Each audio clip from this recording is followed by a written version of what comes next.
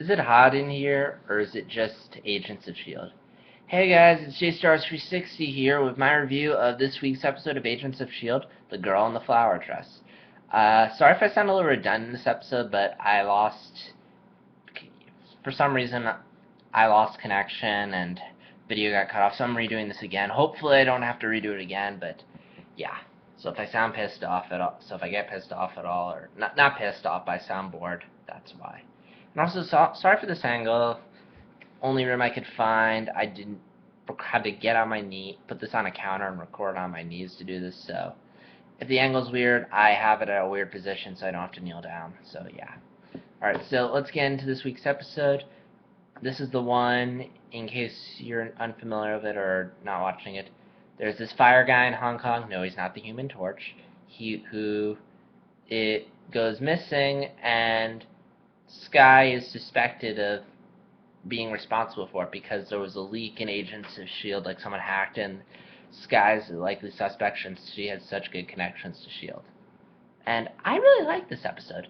This is probably one of the more enjoyable ones for various reasons. For one thing, I think the narrative flowed very well, kept things moving, nothing dragged. Sherlock can do that sometimes. Love Sherlock, by the way, but yeah, it can drag at times. It was also suspenseful, like I was engaged, at no point was I bored, which is always a good thing. Some episodes have just been like, so that's a good thing. I also like how the hacker character, this guy's boyfriend, he's not just straight up villain, selfish guy. Like, he legitimately did not know that he was giving information to this evil court organization, or at least I'm gonna assume they're evil.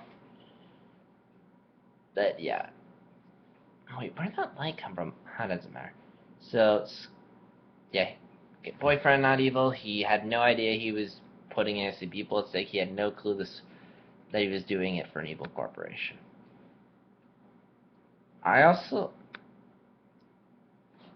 like how I'm a little mixed on S.H.I.E.L.D. in terms of how they're handling. I mean, they're trying to play her mysteriously, like could be evil, but deep down, I'm pretty sure she's good.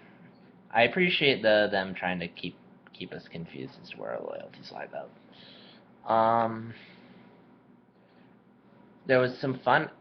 Oh yeah, there was a nice manipulation where they showed like a clip of Agents of S.H.I.E.L.D. that made it seem like S.H.I.E.L.D. was evil, but in reality, she was good the whole time. I trust her. I think the point is we trust her, but the Agents of S.H.I.E.L.D. don't trust her. And let's see, there was some fun action.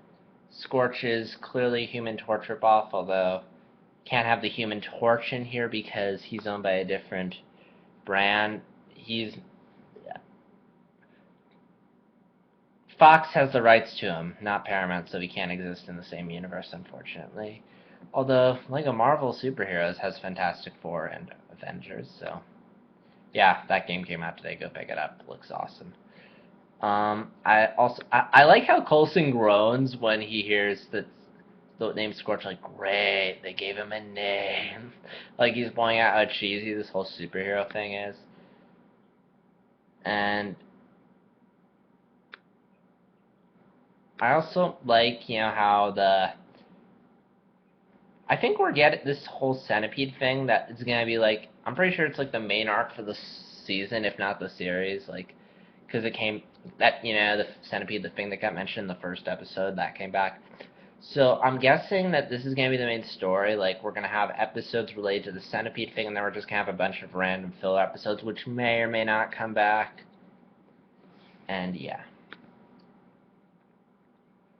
So, although I kind of figured it out, it was the centipede, like when the girl in the flower dress was giving Scorch the whole speech about, you could be so much more. I'm like, yep. I remember hearing this in the first episode. And let's see. I'm reading off an outline in case you can't tell.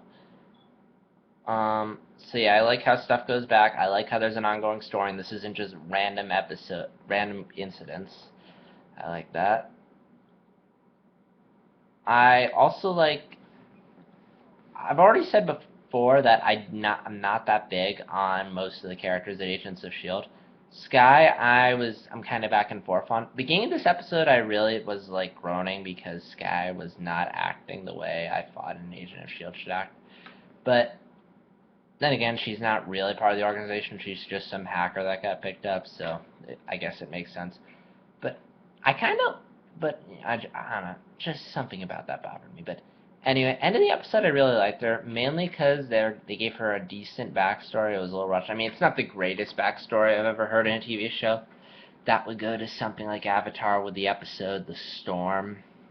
That was great backstory, but Sky's backstory is good. I generally like.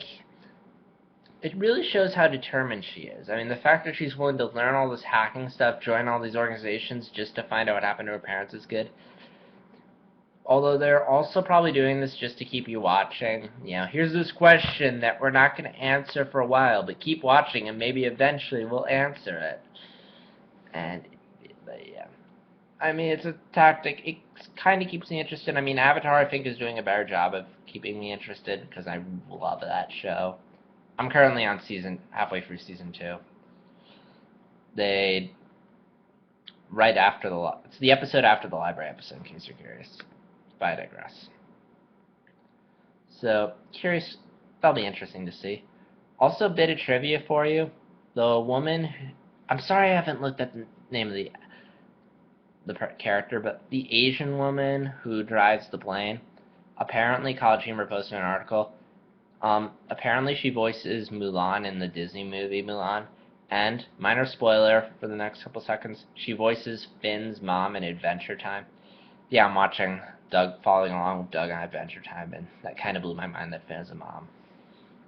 Anyway, so, let's see what else.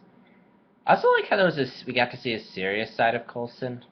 And on that note, this episode was pretty dramatic. I mean, it wasn't super dark or anything, but it was dramatic in the sense that, you know, the humor was really toned down, and I like that, because the humor's funny, but yeah, and some people have pointed this out, and I kind of agree, yeah, the humor can kind of get annoying. So it was nice to see only a couple instances of humor in the episode, and also that they toned down the references to the movies to like 1 or 2. I think if they stick with that, just don't make every episode super goofy and ton of references, that the show's going to be really enjoyable. So it's nice that they're stepping away from that. Hopefully, yeah, hopefully more episodes are like that. I'm not saying I wouldn't mind a comedy episode, some episodes with a lot of jokes every now and then, but, yeah, I like my shows I like to take this show seriously. Let's see. Also, again, nice ending with, you know, at the end of the episode, they do the classic thing where you get a bit insight of what's going on, but not just enough so that you don't know, so that you'll want to come back, and it's working. I mean, hopefully they answer I'm sure they're going to answer some stuff this season, but yeah, it looks like this is much bigger than you'd suspect. And classic TV show tactic. Also, the credits, promises that next week's episode is going to be super scary. So I'm looking forward to that. And yeah, that's all I have to say. This is JStar360 signing out.